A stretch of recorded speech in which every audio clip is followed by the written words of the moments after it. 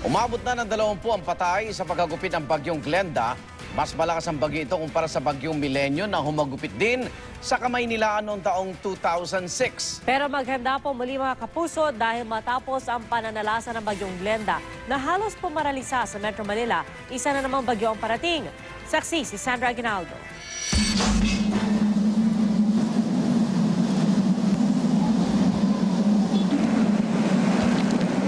Ang ungol ng hangin, sabay sa bagsik ng ulan, at lakas ng mga alon sa Manila Bay. Habang dumaraan ang bagyong Glenda kaninang umaga, pilit na tinuklap ng hanging dala nito ang mga bubong sa mga bahay sa coastal area ng Parañaque. Ang tama ng ulan sa balat, masakit na at malakas talaga ang hangin.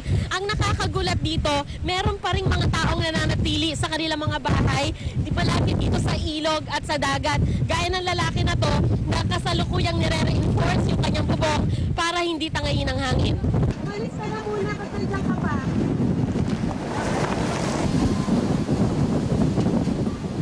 Halos ganito rin ang tagpo sa mga bahay sa Baseco Compound sa Tondo, Maynila.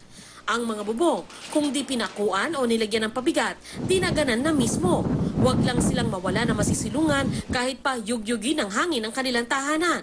Pero ang mga yero sa kalapit na eskwelahan, hindi man tinangay ng hangin, nilimas naman ng mga residente.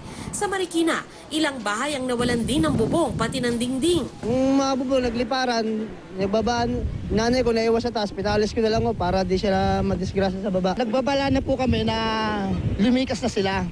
Dahil mas mahalaga yung buhay kaysa sa gamit. Ang mga nagliparang yero kung saan-saan na bumagsak. Ang isa, halos matamaan na itong babaeng tumatawid. Pati mga sanga ng puno kay daling natagpas ng hangin. Saan mang bahagi ng Metro Manila, maraming puno ang makikitang nabuwal. Itong isa sa Makati, sa mga nakaparadang kotse bumagsak. 3 kotse yung nahulugan actually.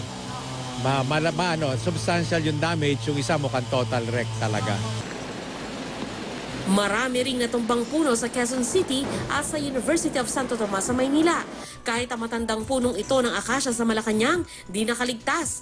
Pati mga poste ng kuryente, pinayuko rin ng hangin. May ilang linya pa ngang nag-spark sa kasagsagan ng bagyo. Di lang mga yero, puno at poste. Pati mga salamin, gaya ng car showroom na ito sa Sukat, sa gusaling ito sa Makati at sa simbahang ito sa Maynila, nagkapira-piraso sa malakas na hangin. Sa Pasig, isang fire volunteer ang nasawi nang bumigay ang bahagi ng barangay hall sa barangay Palatio. 5 sasakyan din ang nabagsakan. Sa NAIA Terminal 1, ang Boeing 777 na ito ng Singapore Airlines na usog dahil sa pagkakaparada. Kaya nabutas ang kaliwang pakpak at nayupi ang isang makina nang tumama sa tulay. Habang sa di kalayuan, nagasgasan ng isang Malaysia Airlines nang pumihit ito sa lakas ng hangin at tumama sa service staircase ng International Cargo Terminal. Sa lakas ng hangin, napinsala rin ang isang mall at ilang istruktura sa Bonifacio Global City. Gayon din sa isang mall sa Pasay. Napaikot pa nga ng hangin ang Ferris wheel na ito. Pero meron pa ring naglakas loob na sumuong. Yun nga lang, sa lakas ng ulan at hangin, may mga naaksidente at sumemplang. Hangin ang pinakanaminsala pero may mga lugar pa ring binaha. Tulad sa Barangay Mariblo sa Quezon City na hanggang dibdib ang tubig. Sa bahagi naman ng Bonnie Avenue sa Barangay Santo Rosario hanggang tuhod ang tubig. Sa isang araw na pananalasa ng bagyong Glenda, naparalisa nito ang Metro Manila. Ako si Sandra Aguinaldo, ang inyong saksi.